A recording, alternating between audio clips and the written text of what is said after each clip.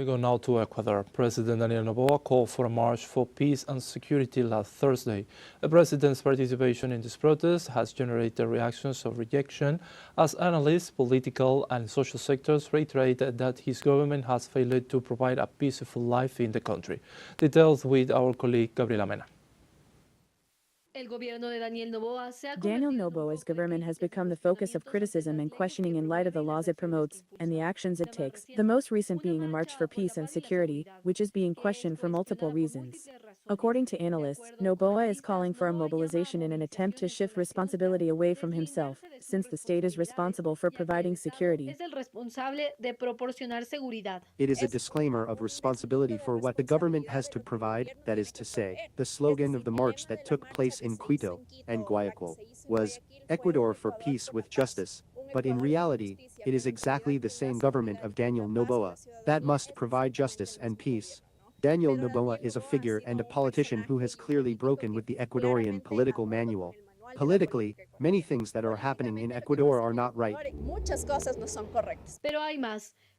But there is more. The executive is also accused of misappropriation of state funds, as there is alleged use of state funds for the march, both in banners and stages, and in contracts for its organization.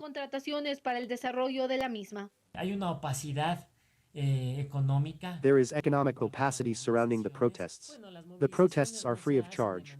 There are resources, there are donors, there is money that needs to circulate.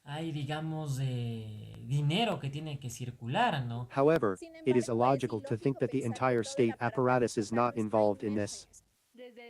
The legislature regrets that Daniel Noboa is using resources for this type of action, instead of addressing the security crisis against which he is even marching. For Assembly member Mariana Yumbay, the most worrying thing is that there is no way to monitor the case, nor anyone to limit the president's actions. Unfortunately, here in the Assembly, we are not fulfilling all of our responsibilities. We should be monitoring, but unfortunately there is a pro-government majority here that is not fully complying. So we believe it is totally misguided to carry out these marches, instead of dedicating ourselves to working and solving the country's problems.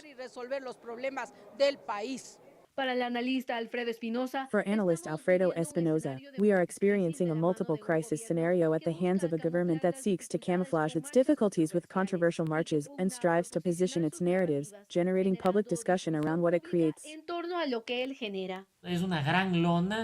This is a big smoke screen.